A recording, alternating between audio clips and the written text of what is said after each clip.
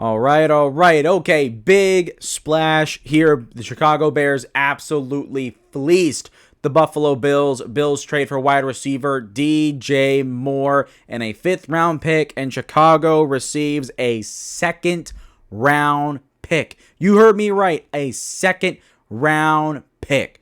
Holy crap. I know I'm a little late to the party.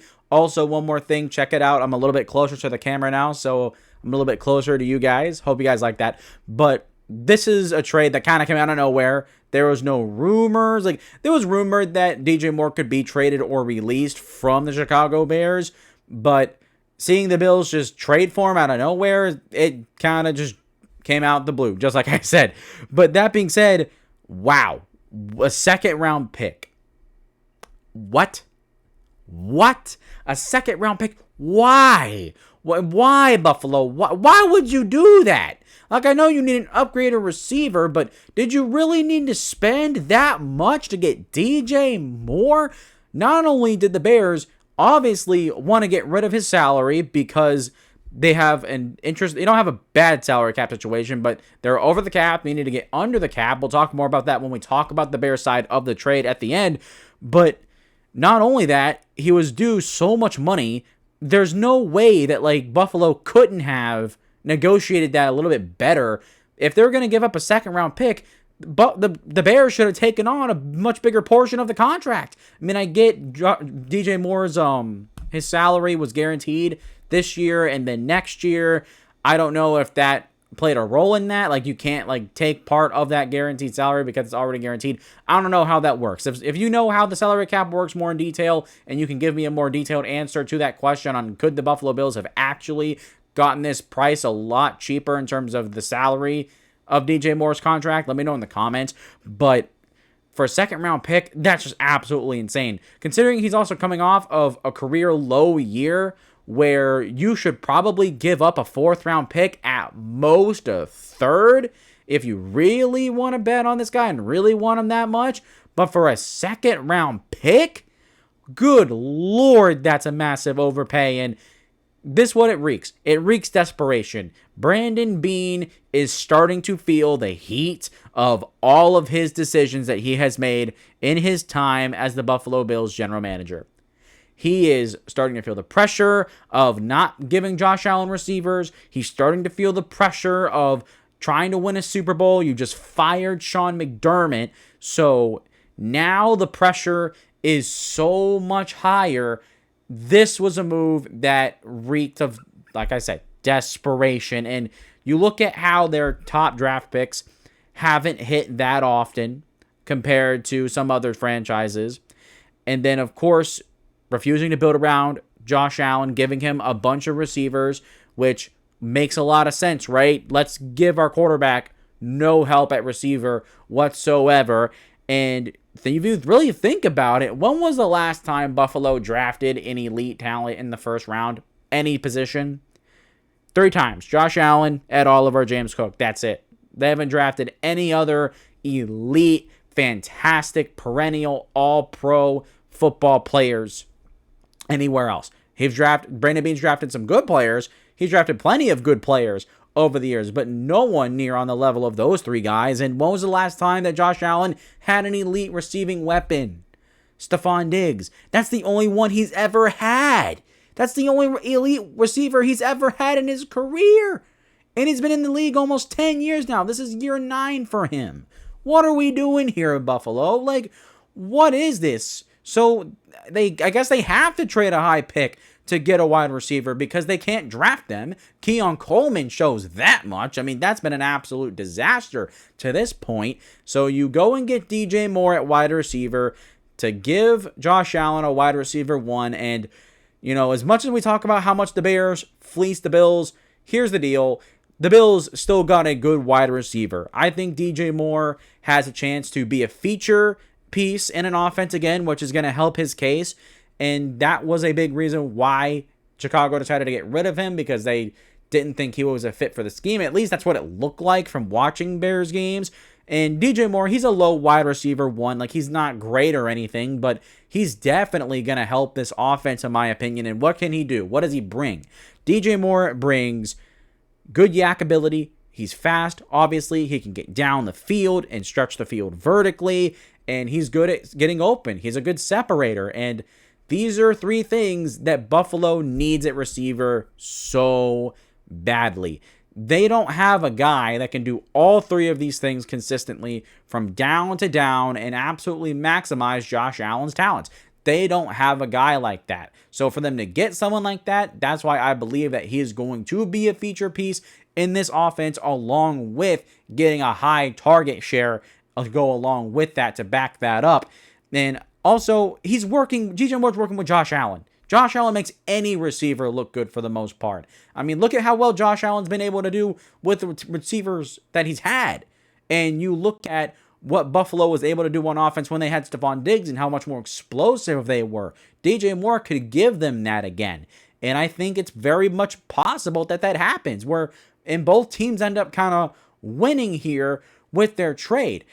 Because not to mention this, even if DJ Moore, he doesn't end up like blossoming back and becoming a good wide receiver, a really good wide receiver again, looking more like his 2023 self when he had a career year or when his time was with the Carolina Panthers. But the thing is, the draft class isn't very good, so it's possible that the Bears don't take anybody of note with that second round pick. Maybe they just flat out miss. There's a scenario where Buffalo ends up winning this trade, but right now, they definitely have lost it because of what they've given up for DJ Moore. But make no mistake, DJ Moore is a good player. He's going to fit well in this offense. Not to mention this, that Joe Brady, the new head coach of the Bills, was the Panthers offensive coordinator when DJ Moore was there, where he had his most consistently productive, best years of his career. And so this is the guy that's gotten the most out of DJ Moore, which makes me a little bit more confident, even more confident, I should say, as to why I think that DJ Moore will be a good fit in Buffalo. And I want to touch on it as well because they also have their first round pick in this year's draft. And considering that they don't have that second round pick anymore, they're going to take a wide receiver in this draft in the first round. For 100% fact, it's going to happen. They're going to take one.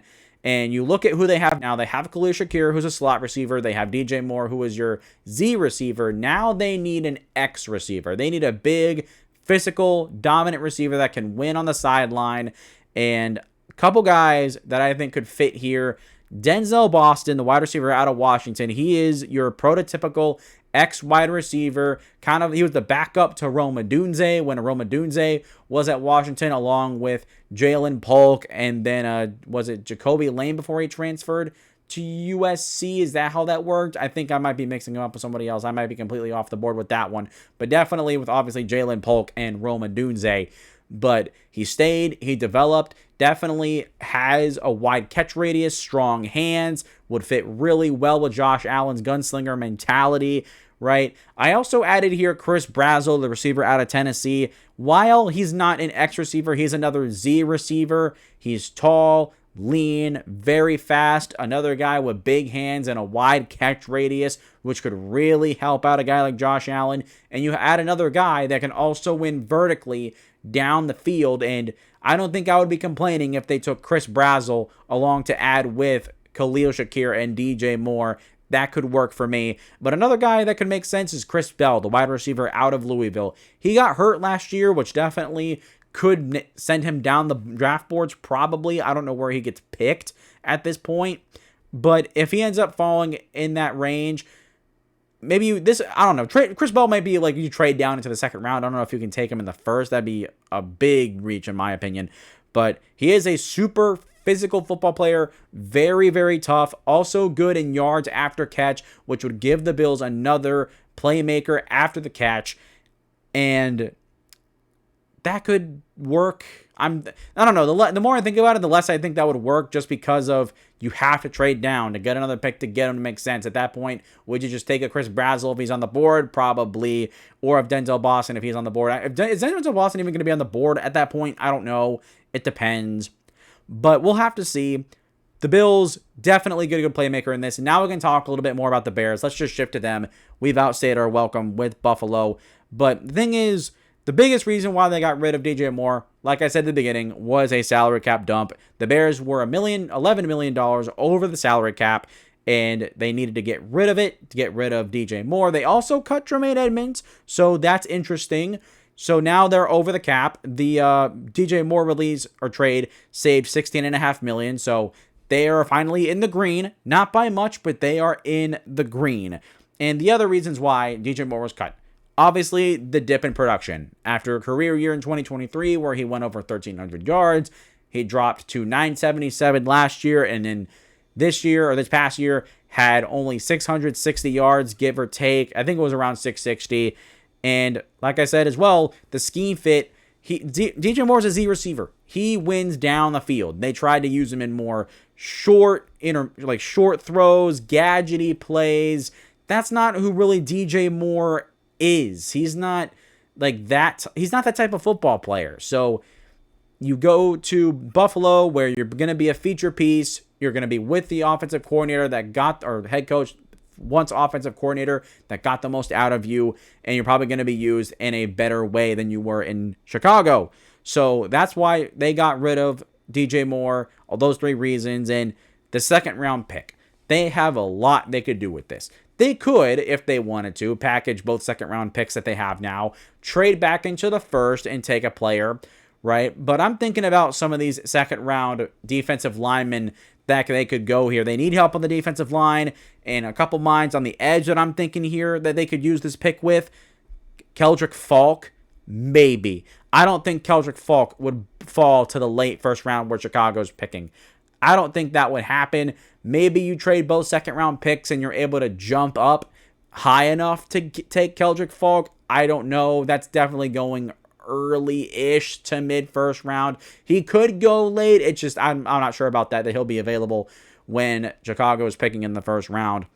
But TJ Parker, Akeem Mesidor, Zion Young. TJ Parker is out of Clemson, Akeem Mesidor out of Miami, and Zion Young out of Missouri. All these guys are big, strong, physical edge rushers. All of them can set a physical edge. All of them have upside in the run game. Really good as pass rushers. TJ Parker, one of the best Clemson pass rushers in school history. Akeem Mesidor, a great compliment with Ruben Bain on the edge. And then Zion Young.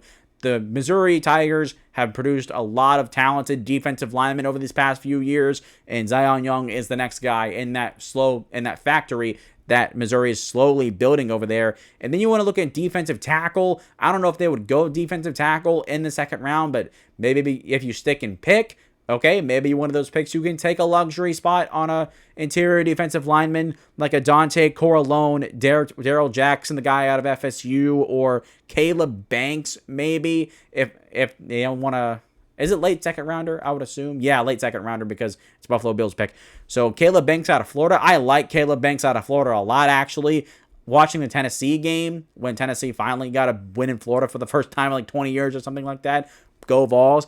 But seeing Caleb Banks, he's a game wrecker. He's an absolute game wrecker. He is high motor, very strong, and also a good athlete for a guy his size. Seeing how he moves his feet and drives his legs, especially in the pass rush. He gives you a lot of upside, and I don't know. Caleb Banks could be a very underrated player in this draft if he ends up going to the Bears. That could be really fun, at least to me. And then another need that Chicago has is safeties. So you could get a guy like Dylan Thienman, possibly. Definitely going to be in the first round. You might have to trade up to get him, depending on where people see him. But that's a good player. Kyle Lewis and Jason Kilgore are also good fits, in my opinion. So this extra second round pick gives Chicago a ton of ammo. And for an up-and-coming football team that just won their division, won a playoff game, nearly won 2 playoff games, nearly beating LA, this is a very valuable pick. This is a pick that you get a good quality starter in here that could hold down somewhere, maybe on your defensive line. Maybe, do they go offensive lineman with it maybe? I don't know. You could get a really good football player here and at least a solid starter that you could be in your franchise, be in your locker room for a few years, and you won't have to worry about that position.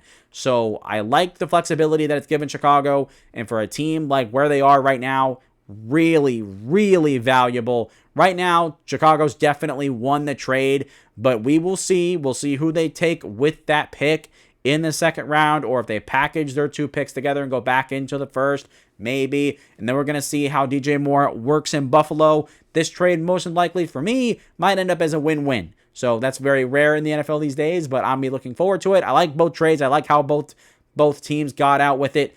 But that being said, that is going to do it for me talking about this trade. If you've made it this far, please consider hitting the like button and subscribe button. It helps the channel out tremendously. Got a lot of content coming out this week. Titans fans, a full Titans 7-round mock draft is coming out early this week.